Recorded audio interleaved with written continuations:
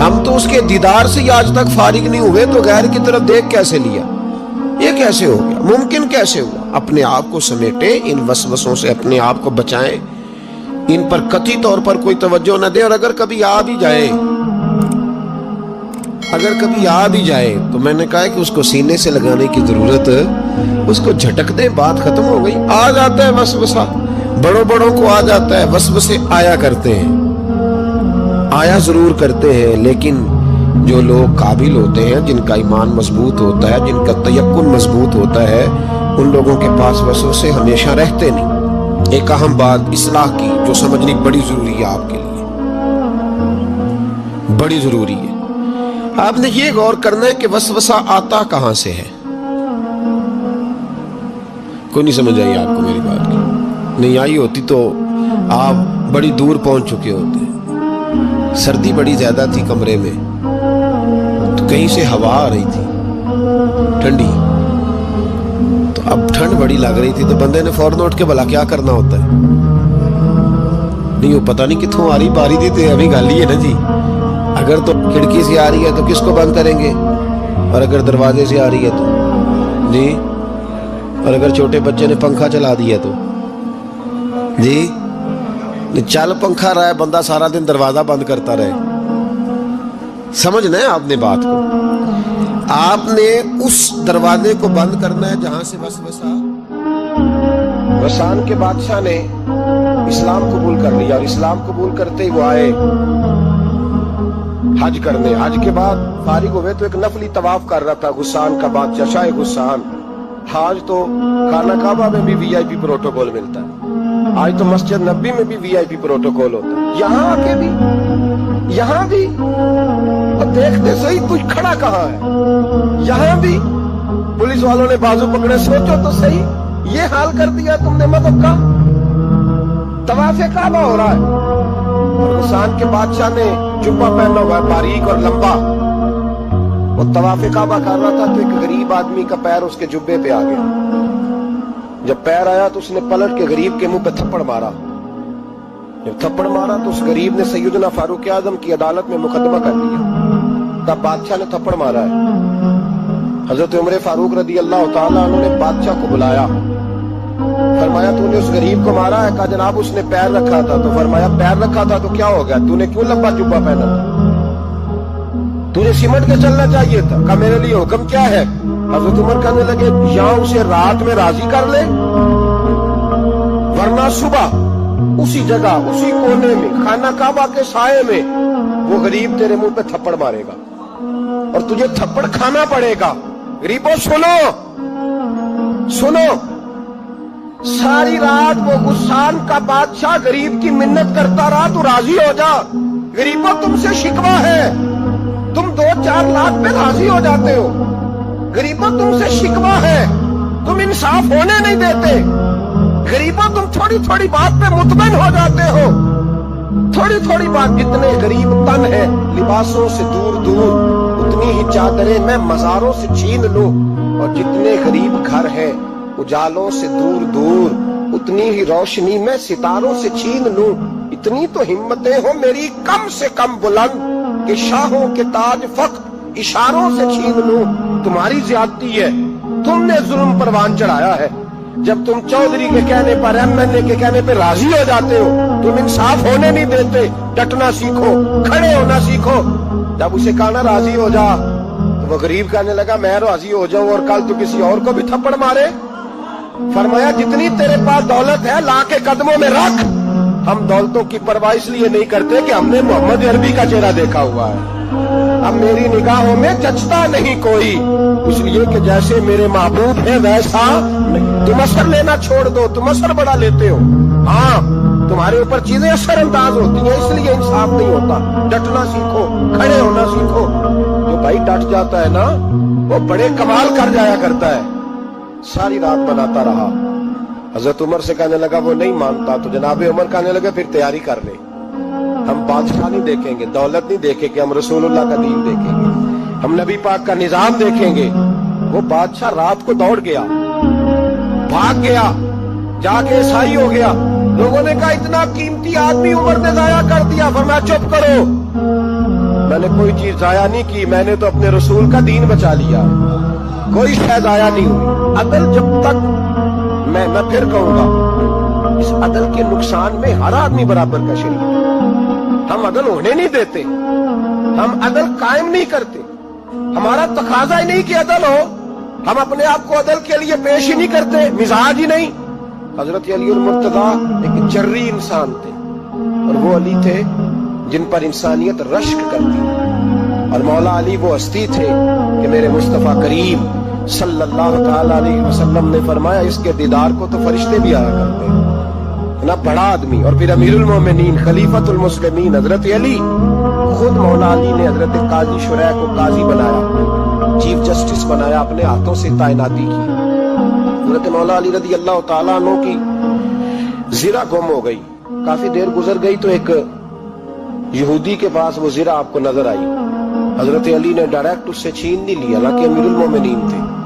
ہمارے ہاں ڈنڈا بھی بڑا چلتا ہے نا، جو طاقتور ہوتا ہے وہ تو تھانے جاتا ہی نہیں، اس کو ضرورت نہیں، اس نے تو بندے رکھے ہوئے، اس کو تو پتہ ہے کام کیسے لینا ہے۔ لیکن حضرت علی نے آئینی رستہ اختیار کیا، قانونی رستہ۔ قاضی صاحب کی عدالت میں مقدمہ کیا کہ فلاں یہودی کے پاس میری زرہ ہے اور وہ چوری ہو گئی تھی، گر گئی تھی، گم گئی تھی، مجھے دلائی جائے۔ قاضی صاحب نے بلا لیا یہودی کو، امیر المومنین بھی کٹہرے میں۔ قاضی صاحب کہنے لگے اس سے کہ زرہ تیری ہے؟ اس نے کہا جی میرے پاس ہے تو میری ہے۔ قاضی صاحب کہنے لگے حضرت علی سے گواہ آپ کو دینے پڑیں گے کیونکہ مقدمہ آپ نے کیا ہے، اگرچہ وہ امیر المومنین ہے۔ توجہ ہے بھائیوں کی، سمجھ آ رہی ہے باتوں کی؟ گواہ امیر المومنین آپ نے دینے ہیں کیونکہ مقدمہ آپ نے دائر کیا ہے۔ تو حضرت علی کہنے لگے میرا بیٹا حسن گواہی دے گا کہ میری ہے، اور میرا غلام کمبر گواہی دے گا۔ قاضی صاحب کہنے لگے حضور ان کی گواہی درست تو ہے پر میں نہیں تسلیم کرتا، اس لیے کہ بیٹے تو باپ کے حق میں بولا ہی کرتے ہیں، نوکر تو آقاؤں کے حق میں بولتے ہی ہیں، چاہے کوئی غیر جانبدار بندہ لے کے آئے جو گواہی دے۔ تو حضرت علی خاموش ہو گئے، کہنے لگے ابھی میرے پاس ایسا کوئی گواہ نہیں۔ قاضی صاحب کہنے لگے چلیں پھر آپ یہودی کو راضی کریں، آپ نے کیوں بلا وجہ گھسیٹ عدالت، راضی کریں، انصاف کا تقاضا ہے۔ تو حضرت علی قریب گئے، کہنے لگے بھیا ناراض نہ ہونا، زرہ تو میری ہے، ناراض نہ ہونا، میں نے غلط مقدمہ نہیں کیا، علیحدہ بات ہے کہ میرے پاس گواہ نہیں تو میں کوئی بے انصافی نہیں کر سکتا، تو میرے ساتھ چل تجھے کھجوروں کا حلوہ کھلاتا ہوں تاکہ تو راضی ہو جائے۔ وہ یہودی کہنے لگا میں نے قاضی صاحب کا انصاف دیکھا اور جناب علی کا انصاف کے لیے کھڑا ہونے دیکھا تو میں مولا علی کے قدموں میں بیٹھ گیا۔ میں نے کہا علی جب تیری یہ شان ہے تو محمد عربی کا کیا مقام ہوگا؟ میں نے کلمہ پڑھنا شروع کر دیا، دیکھیں نا تقاضا پورا کیا ہے حضرت علی نے۔ تو وہ کہنے لگا علی تیرے انصاف کے رنگ نے نا، جملہ یاد رکھنا، کہنے لگا یہودی علی تیرے انصاف کے اس رنگ نے میرے دل سے کفر کی میل دور کر دی، تیرے عدل نے میرا کفر توڑ دیا، کفر۔ لیکن شرط، لیکن نا غریب آدمی ابو ایوب انصاری، ماڑے بندے، اب تو پیر اور مولوی بھی گنجائش نہیں نہ دیتا کسی کو بولنے کی، تو سیاستدان تو اللہ کی پناہ، وہ تو پتہ نہیں کس طرح سوتے ہیں رات کو، اللہ ہی جانتا ہے، پتہ نہیں کس طرح اپنے آپ کو مطمئن کر کے وہ زندگیاں گزار رہے ہیں، خدا ہی بہتر جانتا ہے۔ حضرت عمر فاروق جیسا دلیر اور جرری آدمی جمعہ پڑھانے مسجد میں داخل ہوئے تو جناب ابو ایوب انصاری دروازے پہ کھڑے ہو کے کہنے لگے عمر تیرے نوکر نہیں، ٹائم پہ آیا کر، بڑی دیر سے کھڑے ہیں، کیوں دیر سے آیا؟ بڑے جلالی تھے نا حضرت عمر، لیکن وہ جلالی اس وقت تھے جب کوئی ظلم کرتا تھا، اور ذات کے لیے جلالی نہیں تھے۔ کب وقت پہ آیا کر، کو ملازم نہیں تیرے۔ سیدنا فاروق اعظم ممبر پہ چڑھے اور فرمانے لگے اللہ ابو ایوب انصاری کا بھلا کرے، جب تک اس طرح کے لوگ موجود ہیں کوئی بادشاہ بگڑے گا نہیں، اللہ اس کا بھلا کرے، اس نے میری توجہ صحیح۔ اور پھر عمر رو پڑے، رو کے فرمانے لگے مسلمانوں معاف کر دو، غلطی کوئی نہیں، میرے پاس کرتا ایک ہی ہے، اور عبداللہ کی ماں نے وہ دھو کے خوش پہلے کو ڈال دیا تھا، غریب ہو، کرتا دوسرا کوئی نہیں، تو وہ ذرا نا خشک ہونے میں دے آ کے دیکھ لو ابھی بھی گیلا، مجھے معاف کر دو، میری غلطی نہیں ہے۔ صحابہ درد کے ساتھ رونے لگے اور کہنے لگے اللہ اس طرح کے حکمران ہمیشہ عطا کرتا رہے۔